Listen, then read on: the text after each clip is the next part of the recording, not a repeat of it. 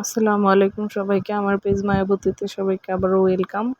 আমি আজকে আবারও একটি নতুন সেলাই নিয়ে এসেছি।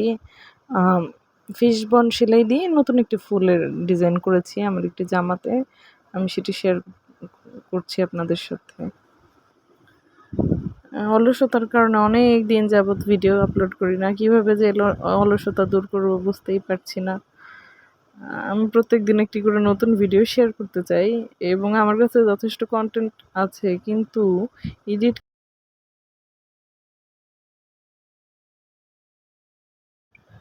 শেয়ার করার অলসতায় আমি শেয়ার করতে পারিনি। এই অলসতা থেকে আপনারা মুক্তির উপায় যদি জেনে থাকেন তাহলে অবশ্যই আমাকে কমেন্ট বক্সে জানাবেন।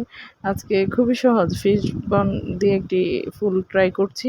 এখন আমি ফিশ বন দিয়ে ফুলের মাঝখানের অংশটি করে নিয়েছি। এখন আমি ব্যাক স্টিচ দিয়ে ফুলের কলিটা ঘিরে নিচ্ছি এবং আপনারা দেখতেই পাচ্ছেন কত সুন্দর লাগছে। কাজটি করার পর অনেক সুন্দর লাগে এবং যে কোনো ড্রেস ওড়নাতে এই ফুলটি অনেক সুন্দর লাগবে করলে, বেবি ড্রেসে।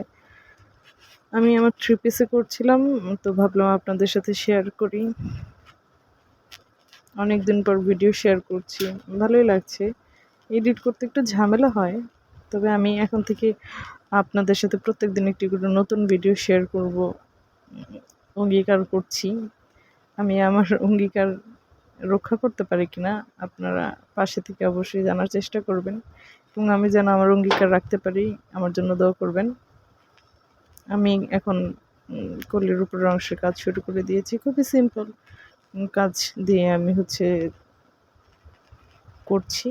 কাজটা খুবই অল্প সময় লাগে করতে, আপনারা একটু মনোযোগ দিয়ে দেখলেই করতে পারবেন।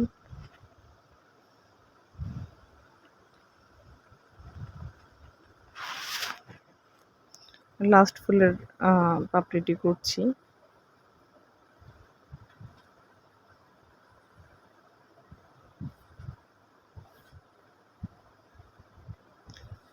তো আমার ফুলের কাজটি করা কমপ্লিট, আপনারা দেখতেই পাচ্ছেন। সম্পূর্ণ জামা এইভাবেই কলি কলি করে ড্রেসটি করেছি। আমি লাস্ট ড্রেসের